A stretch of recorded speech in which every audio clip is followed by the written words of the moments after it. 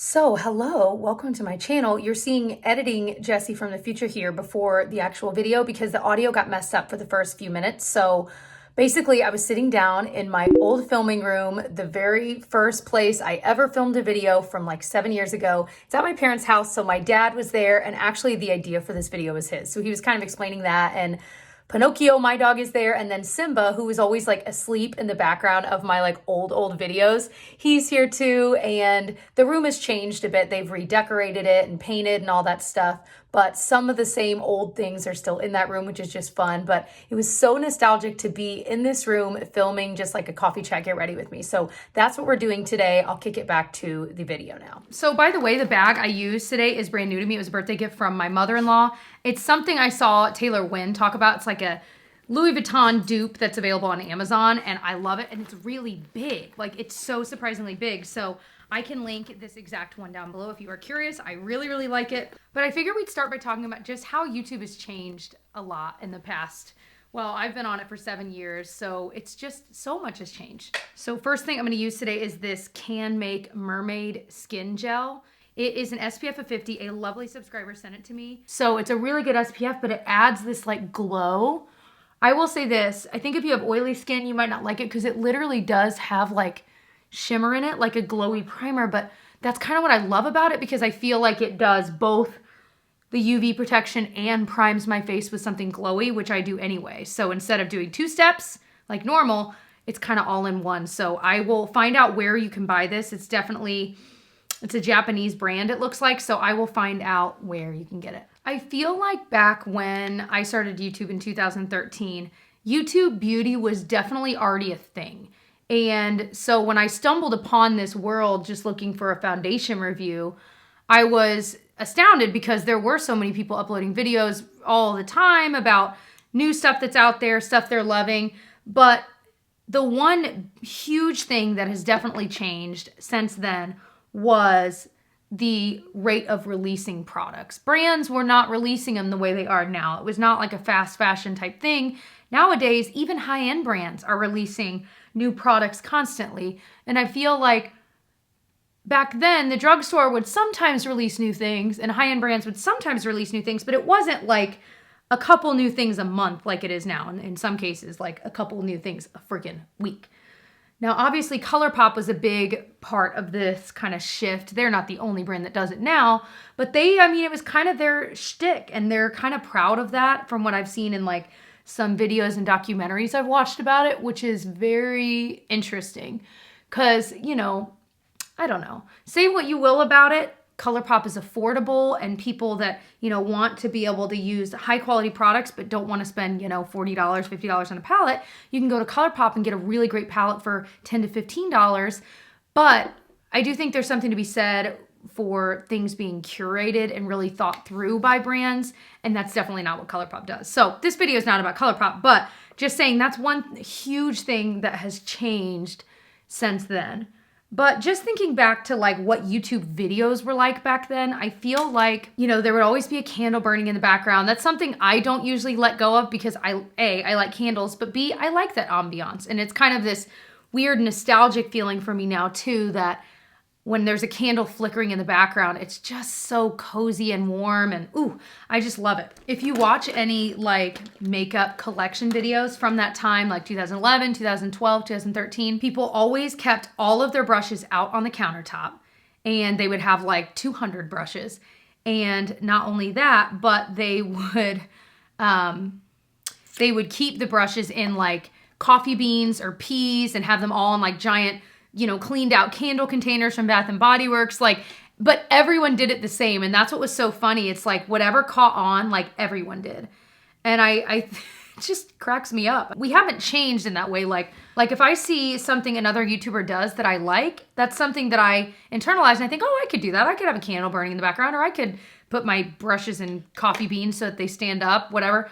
But it's just that the subject matter and what we're doing is different, I think. People would have the Alex drawers, which I still own some of, I still use. I know a lot of people still use, but it was like, that was when that was the thing. You know what I mean? I feel like nowadays there's even more Ikeas around too, so they're easier to get, which is nice. But back then it was kind of hard. Like I think we traveled to get my very first Alex drawer thing. I think we traveled either to Chicago or Cincinnati. Like we had to travel like 2 or 3 hours. And so I feel like any makeup collection video you watched back then basically looked the same. Everyone had the same products. Everyone had, I think it's still true today that everyone still has like a lot of the same products, whether it's because the YouTubers all are getting the same PR or whether it's because they're the same hyped products that everyone's wanting to try, so you go buy them. Whatever the reasoning, I do feel like a lot of our makeup collections look the same. Now, some might be a little more curated or smaller versus others that maybe collect it and don't like to get rid of it. Probably the biggest change, though,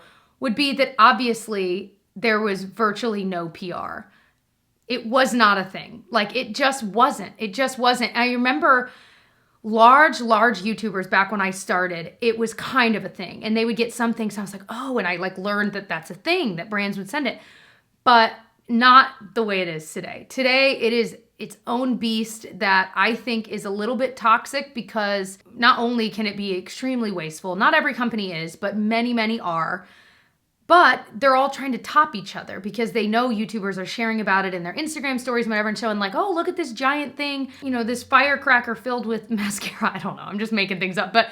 And so they're all trying to top each other and it's getting more and more ridiculous. And now there's like marketing firms involved. And so they're, you know, really good at their job and they're really good at seeing what can work, but they're spending all this money and they're wasting all this junk to send out a new concealer. You know what I mean? Like, it's just, I don't know. You guys know my feelings on PR and why I'm off of most PR lists. It's funny, for the first time, you know, I share makeup with tons of my family, and both my mother-in-law and my own mother asked me like within the same week, like, if you have any new mascaras you're not using, you know, let me know. I'm in need of one. I figured I'd ask you before I go buy one. And I always have stuff to give them.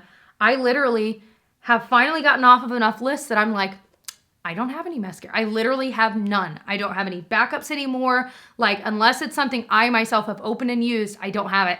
And that, my friend, is very exciting because now I feel in charge of what I'm actually bringing into my life, talking about on my channel. I don't want to talk about what brands are telling me to talk about by sending. Anyway, getting off my high horse, I know I always get to this point. All of that to say that PR was not a thing back then, and I do think it has completely changed the landscape of YouTube because now, as a viewer, even me, I watch YouTube. I consume so many YouTube videos in a week, it's sickening. You know, that's like my TV. When I'm doing laundry, when I'm getting ready, I'm watching YouTube videos.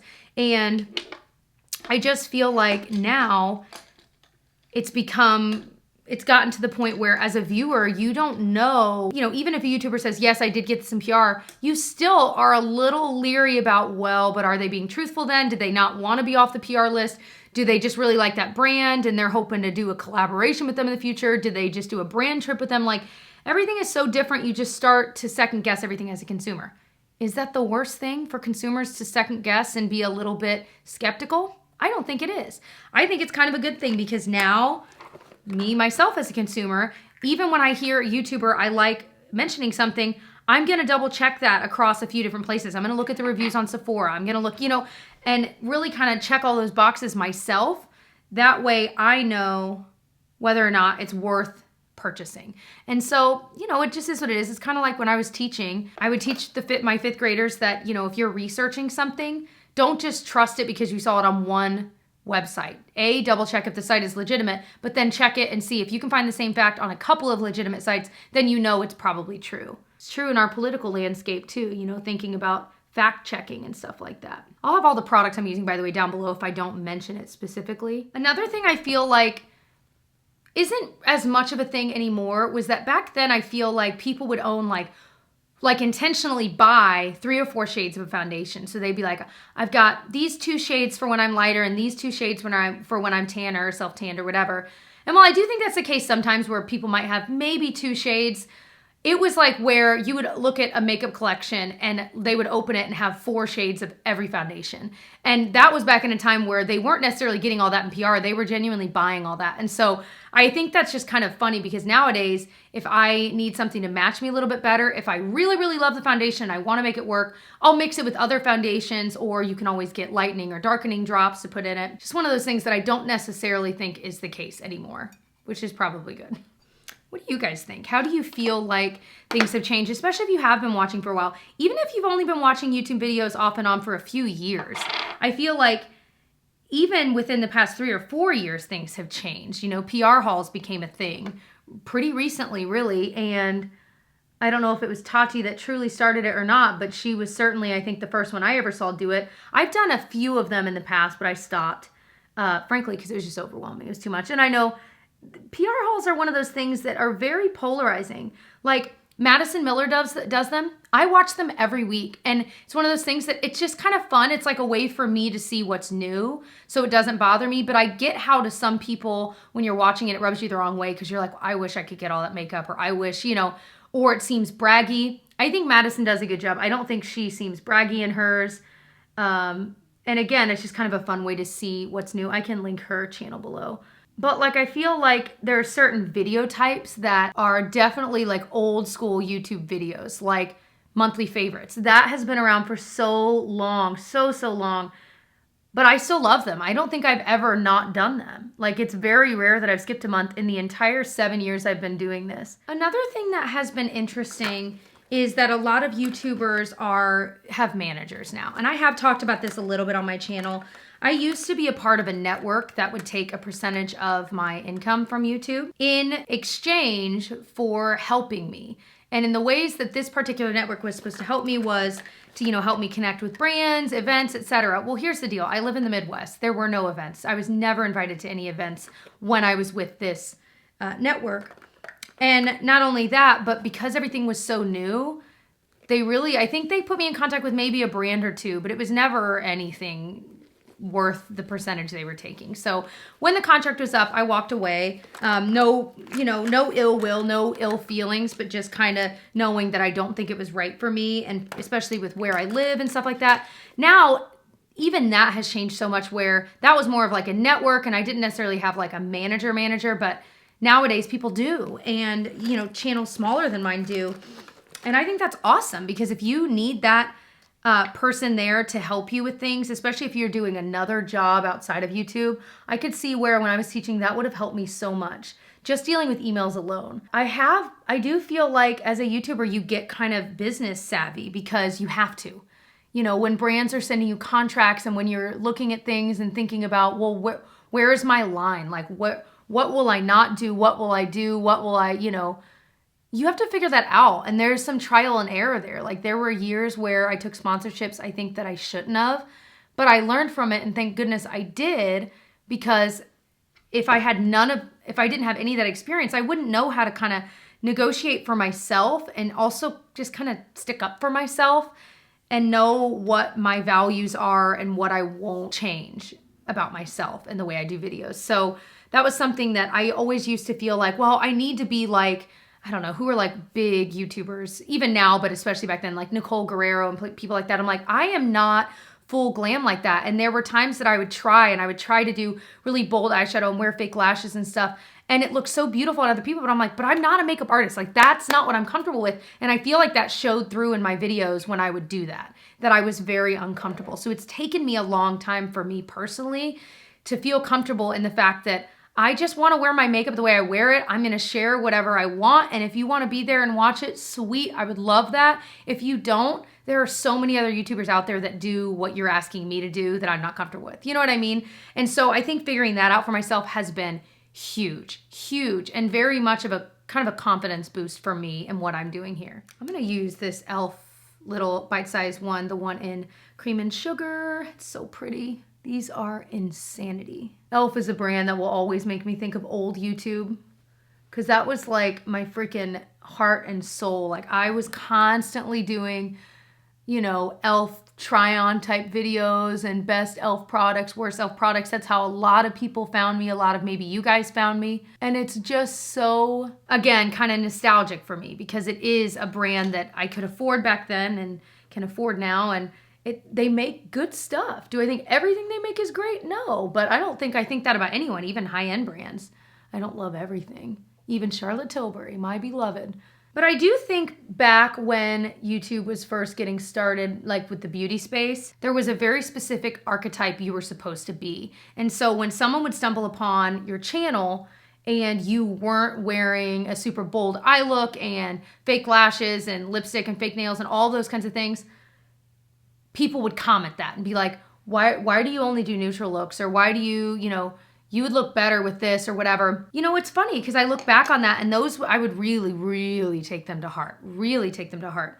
And I'm so glad I kind of grew out of that, because the reality is there's so many different ways you can talk about makeup and things like that. But because everything was so new, it was a very specific role you played in the beauty community. And I love that now, like, I feel like the doors have been open and you can kind of just be whatever version you want to be of yourself. Like, you know what I'm saying? I am so happy that YouTube is where it is now. I guess that's what I'm trying to get at. I feel like you can really actually be yourself. Like, even rewatching my very first YouTube video, it was hilarious. My voice is like 10 octaves higher than it is today. Hey everyone, my name is Jessica and I am brand new to YouTube and this is a brand new channel, and I decided to start making videos. And then I fast forwarded a few months or maybe even a year and clicked on a video, and actually I was sitting in this exact spot on this exact bed. My voice was suddenly the way it is now. $3, $4 at anywhere. I mean, literally anywhere. So like, even when I started, I knew kind of what I was supposed to sound like on YouTube. So I raised my voice a little bit and kind of played that part until I kind of found my own way. I guess that's what I'm trying to say. But like, what brands were super big back then? Like all of the drugstore brands were, but like Sonia Kashuk was a big deal back then, I feel like. And I feel like Sonia Kashuk was a big deal back then in the drugstore. Pixie might even be more of a big deal now, actually. But like, high-end wise, Benefit, my gosh, Benefit. I remember so badly wanting like all of the box blushes. I still absolutely adore the Benefit Dallas blush. That blush is so, so good. I feel like Stila was a lot bigger then. Like, people would talk about the Stila lip glazes. Oh my gosh, remember those? e.l.f. had their own version too. What happened to all those where you like click the pen and it comes out the little like brush? Kind of gross if you think about it, but they were cool, man. But like, Stila just had a lot. They had all their eyeshadow palettes, like the In the Light, In the Garden ones, and their Stay All Day liquid liner, which I still think is really good. They had their like liquid lipsticks that were really popular. They just had so much. Stila Kitten eyeshadow was huge. Like, now I'm kind of surprised Stila's still around. I still like some of their products. Actually, we're going to talk about one in a second. But it's just one of those brands that you just don't hear a lot about. Everyone talked about the Laura Mercier Silk Cream Foundation. I remember wanting that so badly. I think it was like Elle and Blair Fowler back in the day would talk about that. And it was like their favorite foundation. I'm like, and it's like $35 or $40. Like, there was no way, and I never bought it. I've still never tried it. But it's just one of those I remember so vividly wanting. MAC, of course, was huge. I mean, people would have every shadow MAC makes, every brush, every lipstick, and I know people still do, but it was so big back then. And again, it was before there were so many brands. Like, it's just totally, how fast? 7 years. And there are so many more brands and options out there, and they're easier to get to. I feel like some kind of random brands that were really big were like Inglot, their shadows. I actually recently got some Inglot shadows in Ireland a few years ago, and I really like them. So they're still around, but people freaking like raved about Inglot shadows, and they would have huge palettes. Sleek blushes, remember those? People loved those. I did literally just film a video last week about the most popular drugstore makeup from this same kind of time period I'm talking about, like 7 or 8 years ago. I will link up in the eye and down below. It was so much fun. I went to the store and brought you guys along with me and just found all of these old school things that I haven't heard about in a long time. And we tried them again. And some of them are still awesome. Some of them maybe not so much. And if you've been missing the Revlon lip butters, I'm pretty sure I found the exact same thing in different packaging. So this is the Stila product I just bought the other day, the convertible color in Peony. I feel like cream products is something that's really become huge very recently, the past year or two, obviously, and now like every brand is coming out with their own version. But Stila was one of the original kind of creamy blushes that were out there, and the packaging is like never changed. It's always been this really cute packaging, and it's so nice. It's definitely creamy, but it stays in place, and that's what's so great about this. I've used this a couple times, and I always have to tap a little bit off before I go in, but it is such a pretty color, and for a cream, it lasts really, really well. Isn't that just pretty? I remember loving the NYX cream blush in Boho Chic. I don't think they make it. I looked the other day when I was there. It was the bomb. It was so good. It was super emollient though, but it looked so pretty on the cheeks. It made the cheeks look kind of dewy. Oh man, I loved that stuff. It was a similar shade to this, honestly. So I'm thinking about doing, did you guys see the Vogue celebrity thing with Hilary Duff? I think I might do that in a few weeks for my next Celebrity Secrets video. I just did Hailey Baldwin. Actually, that's her trick of going this way with your finger for highlight. And did a bunch of her tips and tricks. I'll link that up in the eye down below. That video was so much fun. But for the Hilary Duff one, I think I might actually buy the products she's talking about and use those. I hadn't tried any of the ones she mentioned, and it just, I don't know, a lot of them intrigued me. So I was like, maybe I'll kind of adjust the way I do it for this video and actually buy some of the products, dupe some of the products, and try out what she does. But I'll link her video. It's so, I just love Hilary Duff, man. I don't watch that show Younger, but I've always been intrigued too. And it has the actress Sutton Foster, who is like a Broadway person. That was like my world before doing YouTube, was musical theater. I went to college for it and everything. And so like Sutton Foster was a big part of that world. So it's always weird when someone like that is in like TV shows and stuff. I'm like, what? She was also in the Gilmore Girls Day in the Life, which was kind of fun. I'm using the L'Oreal Bambi Eye still. I really do like this stuff. I know some people didn't, but I almost say if you have it and you didn't like the first few times, use it again and just layer it up. Ends up always looking really pretty. I was watching Emily Noel's video about TikTok, like makeup tips and stuff and like product recommendations on TikTok. And she was just talking about how, you know, gosh, there's so many like old school ones. Like it's not the typical stuff YouTube's always talking about, the newest releases. It's really more stuff that's been around for a while for the most part. And it really was cool to watch. I'm like, she's right. I mean, they really were like, you know, the Maybelline Superstay Foundation. Well, that's been around for a hot minute. Things like that. So that was such a fun video. Again, I'm like doing all these nostalgic videos, so I was really enjoying that one because it kind of felt nostalgic too, even though TikTok is obviously a very, you know, a decently new app. So I completely forgot for lip. I actually did bring the Revlon lip butter kind of dupe. Ha! I brought two MAC lip pencils, Dervish and Soar. I think I'm gonna go with Dervish. It's really close to my own lip color. And then I'm using the new Revlon Super Lustrous Shine lipstick in Nude Illuminator. Very similar to Peach Parfait on my lips. It's just so pretty and so comfortable. I really, really love these. I'm so excited to know about them now. That's it. This was so much fun. It's like Bizarro world, but it was so cool. I should do this like once a year. Just like come back to my roots and film here. It's just so weird. It's so weird, but it's so cool. I hope that you enjoyed this little blast from the past. I know that many of you guys don't remember my olden days. And I've, of course, had so many of you guys join me way after that. If you are interested in any of my old videos, I can link a couple of old gems, like my first makeup collection video that I was just listening to. I will link that one below, and maybe my very first video and a couple others if you're just kind of curious to watch a second of it. Don't watch the whole thing. You'll start making fun of me. Thank you so much for indulging me and watching this whole video. And if you did enjoy, I hope that you'll subscribe and join our family. It makes my videos easier for you to find. And of course, I'd love to say hi to you on my social media. It's Jessica Braun everywhere. And I'll see you guys in my next one. Bye.